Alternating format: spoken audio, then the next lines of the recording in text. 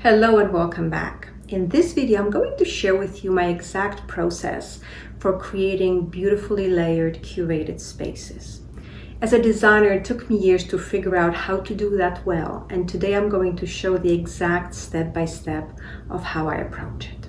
Now, before I do that, I want to be sure that you've watched the last 3 videos in this series. If you haven't, I encourage you to go back and watch them. I covered a lot of valuable information in them that I think you're going to enjoy. In the first video, we talked about why focusing solely on big furnishings will not give you a nuanced, interesting space that you want.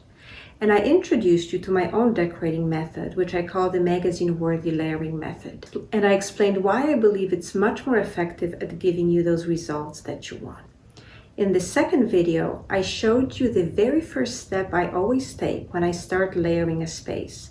And that is identifying all the areas and surfaces in the room that feel empty or blank. Because what layering is strategically filling all those areas and gaps with additional furnishings and objects, accessories, artwork. In the third video, I shared with you one of my top secret techniques for layering and decorating in general. And that is to make sure that you don't match colors in your space too closely. You want to use varying tones, shades, and tints of the colors in your palette. That is hugely important because I firmly believe that it is those spaces that use that approach that appear much more interesting to us. It's a technique that I use as I set out to decorate a room and one that helps me create that coveted layered designer look. So with that said, let's jump right into my process and how I approach layering in my projects. It is the exact roadmap that I use to create beautifully layered, curated spaces that are magazine-worthy. To illustrate this process and show you how it all comes together, I'm going to use my own living room again. Here is a picture of the living room after it's been layered and styled, and here it is before. The very first step is to identify all the areas and surfaces that feel empty or bare. So in this case, we know that the wall around the artwork feels quite bare. It is a big wall with almost 11-foot ceilings, and even though we have this one piece of artwork and molding, it still feels quite empty. We also have empty space on both sides of the chairs, and we have this coffee table that is sparsely accessorized. And the chairs themselves feel like big blobs that could definitely use more layers. Once we've identified these problematic areas, now is the time to decide where we're going to add layers.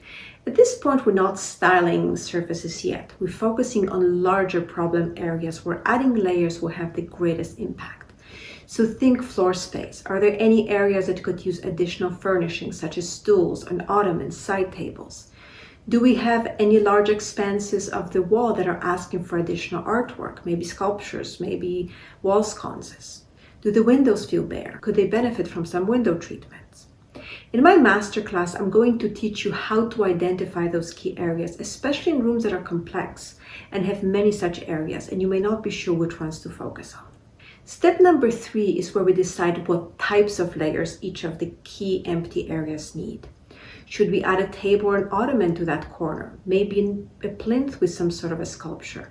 Would a bookcase or a cabinet work better on that empty wall? Again, in my masterclass, I will teach you how to make those decisions to choose the best types of items to fill those areas. In this case here, adding side tables to flank the chairs made most sense as they have a functional use.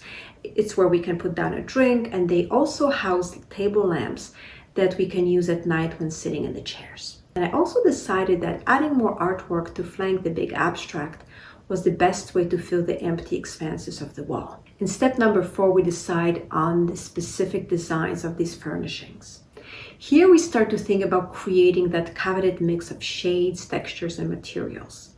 In this case, I have this chunky coffee table, so when I decided to add side tables, I went for a design that would provide a nice contrast to the coffee table. The side tables are a more delicate design in metal and glass. In my masterclass, I'll be sharing with you my go-to recipes for mixing different designs, materials, and textures. That will make a huge difference in how layered and curated your space feels.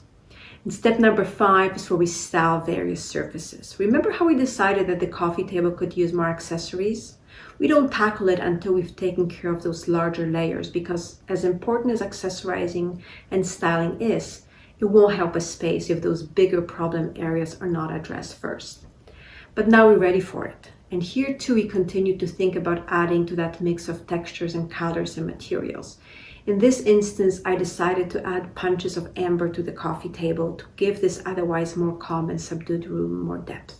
I'll be covering my process and much more in my upcoming Magazine-Worthy Spaces Masterclass. You can literally watch over my shoulder as I walk you through my entire process, and you can just follow along and implement it step by step. Be on the lookout for more information when this news class launches, because this is the best information and my best trade secret when it comes to decorating that I've ever shared. As you might know already, I like to keep my classes small and personal. You might have taken one of my beginner courses already, or you might have joined one of the earlier classes, but this one is different. I'll be teaching brand new concepts, and unlike my beginner courses, I'll be covering more advanced concepts as well. Plus, you'll get access to me personally. I'll be there to guide you and answer your questions during live Q&A calls, and you'll be plugged into a small, tight-knit community of people, all with the same goals as you, creating beautiful, layered, magazine-worthy spaces in your current home and any future homes. If you haven't done it yet, make sure you put your name down on my early bird list. This way you won't miss any updates about the launch, and you'll have an opportunity to join one day before it launches to the public.